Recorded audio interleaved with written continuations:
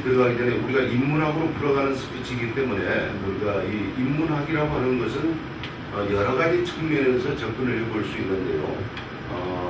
사실 우리가 이 고전, 이 역사 이런 것을 좀 우리가 잘 이해하게 되면은 우리가 지금 현재 어떻게 가야 되고 앞으로 어떤 방향으로 가야 되는지 상당히 좀 도움이 될 것입니다.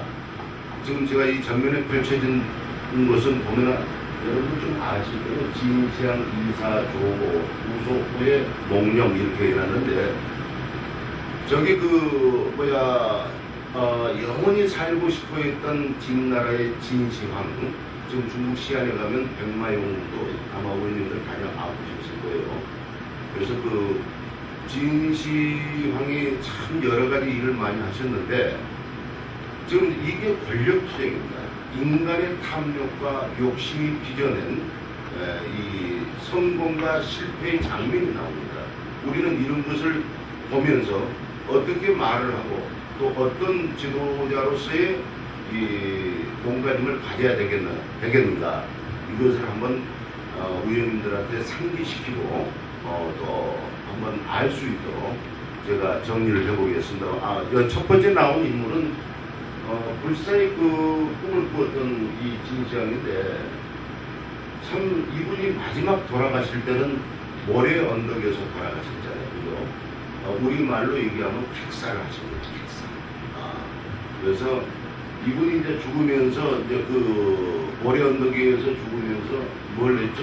유언을 남기겠죠. 그죠? 유언장을 남겼는데 그 유언장을 위조했습니다. 위조. 왜? 권력을 탐하고자 하는 그 사람들의 손에 의해서 위조가 돼서 이 진나라가 완전히 이제 멸망하고 이제 그게 항고죠. 저 누구니까 유방화에게 넘어가죠. 진시황이 이 시차, 지금으로 민정 시차라고 봅시다. 이렇게 나가는데 똑같은 장소에서 항우라는 사람과 유방이라는 사람이 그 진시황의 이 시찰하는 모습을 바라봤습니다. 그러면서 얼마나 부러워했겠어요. 정말로 많은 신하 백관대작들을 이끌고 다 가는 모습을 보면서 이 항우는 그랬답니다. 내가 앞으로 크게 되면, 내가 장차 어른이 되면 내가 저 자리를 반드시 빼앗겠다. 그런데 유방은 어떻게 했냐? 나는 열심히 잘 성장해서 나도 저런 사람이 되어야 되겠다. 굉장히 말의 차이가 간단한 것 같지만 지금 무슨 얘기를 하고 싶은지 알겠죠? 자, 이 항우와 유방의 최종 승리자가 누굽니까? 유방이잖아요. 그죠? 그런데 항우라고 한 사람이 정말 뛰어나고 똑똑하고 정말로 훌륭한 사람이었어요. 항우라는 사람은. 근데 유방은 저작거리에 건달들하고 매일같이 술 먹고 매일 저녁을 달렸던 사람이었어요. 그럼에도 불구하고 최종 승자는 유방이었단 말이죠. 그런데 항우는 정말로 이 싸움도 잘하고 그리고 또 이 기족의 아들로 태어났지 않습니까? 그런데 이 앞전에도 제가 그 겸손에 대해서 얘기를 했는데 항우는 쉬운 얘기로 뭐든지 자기가 정치하고 빼앗으려고 하는 이 탐욕으로 가득 찬 친구였단 말이죠. 그렇지만 유방은 자기가 부족하지만 모든 것을 이 자기 지금으로 말하면 건달세계라고 부르죠. 건달세계. 건달세계에서도 완전한 보수가 아니었어요. 유방이라는 사람이. 그럼에도 불구하고 유방은 자기가 능력이 부족하니까 여러 주변 사람들한테 역할을 맡겨서 이 조직을 이끌었던 사람입니다. 그리고 항우는 무조건 자기 혼자만 이제 끌고 가면 된다. 이렇게 했는데 누가 보더라도 사실 항우가 이 진시황에 이어서 이 한나라의 이 최고의 이 킹이 될 줄 아는데 마지막 승자는 유방이었단 말이죠. 그런데 왜 이 얘기를 제가 복잡하게 얘기하느냐? 유방이 던진 메시지와 항우가 던진 그 메시지의 한 토막에서 그 사람들의 인생의 운명이 결정되어지는 이 부분이 나온다. 항우는 어떻게 해서든지 내가 저 자리를 빼앗아서 자기도 황제가 되겠다. 이렇게 얘기를 했고, 유방은 나는 열심히 공부하고 건강하게 커서 나도 저와 같은 사람이 되겠다. 이렇게 그 얘기를 했단 말이죠. 그래서 여기서 제가 이 학전 수업 시간에 얘기했습니다만 겸손해야 된다. 이 얘기를 했죠. 겸손 공부를 배워야 된다. 다시 말해서 이 말씀에, 이 스피치에 이 겸손이 녹아 있어야 된다 이거죠. 그래서 많은 여러분들도 책을 읽었을 거예요. 그러면 왜 그 항우가 왜 실패하고 유방이 왜 승리했는가를 여러 학자들이 기술을 읽는데 한마디로 요약하면 그렇습니다. 이 항우라는 사람은 말 위에서 천하를 얻었고 그리고 말 위에서 천하를 다스렸기 때문에 이제는 최종 승자가 되지 못했고, 이 유방이라는 항구주 유방이라는 사람은 말 위에서 천하를 얻었지만은 나라를 다스릴 때는 말 아래 내려와서 다스렸기 때문에 그가 최종 승자가 되었다. 진시황의 장자왕이 이사라는 사람이라고 볼 수 있는데 이 이사가 이 진나라 사람이 아니었어요. 초나라 사람이었어요. 초나라 사람. 이방인이었습니다.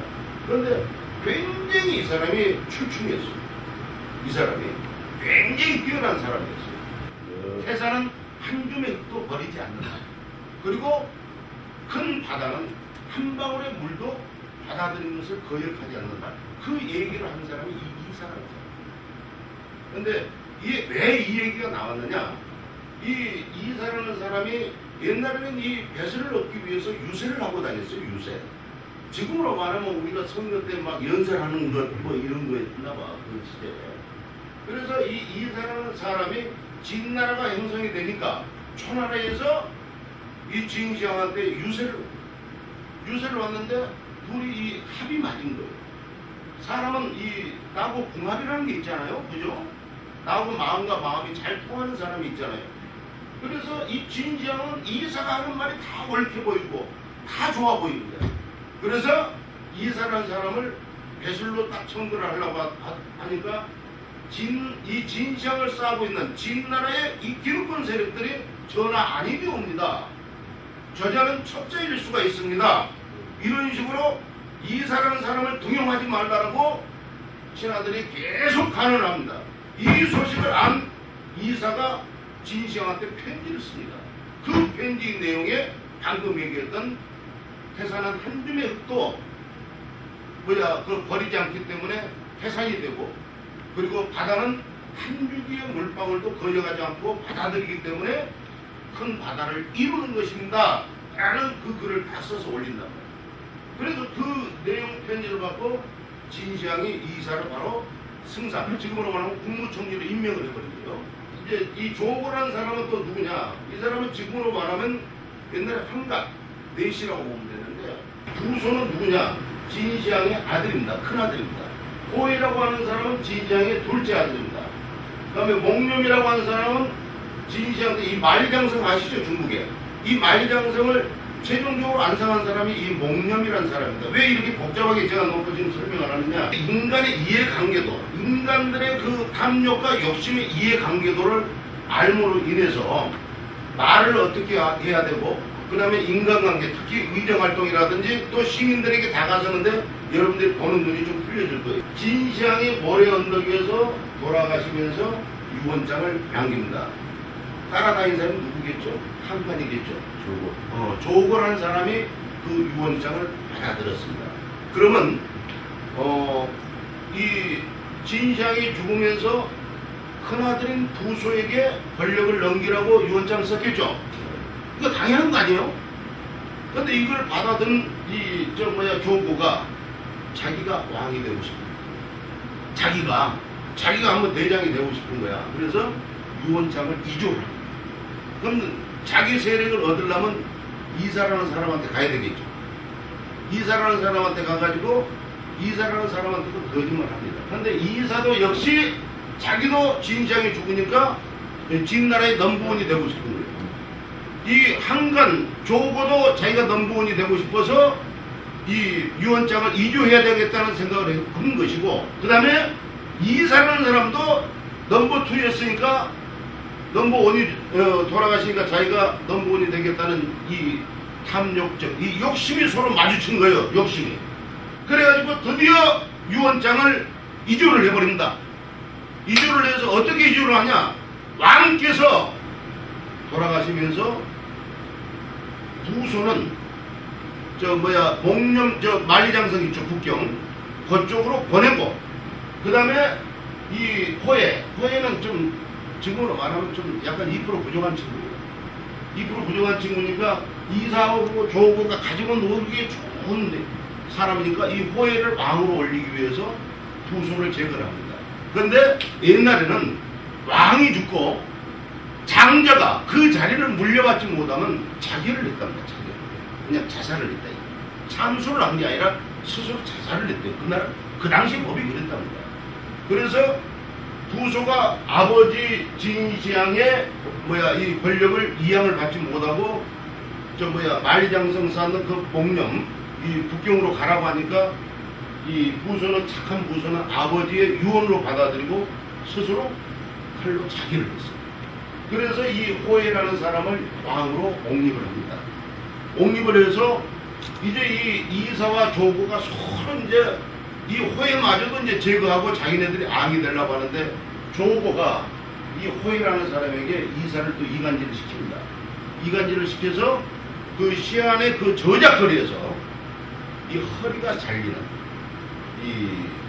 형에 의해서 조고가 이사를 박살을 내고 이사를 죽입니다. 그 3대를 멸종을 시킵니다. 그리고 이제 이 조고가 이제 마지막 이제 호예 왕하고 머리싸움을 하는 거예요.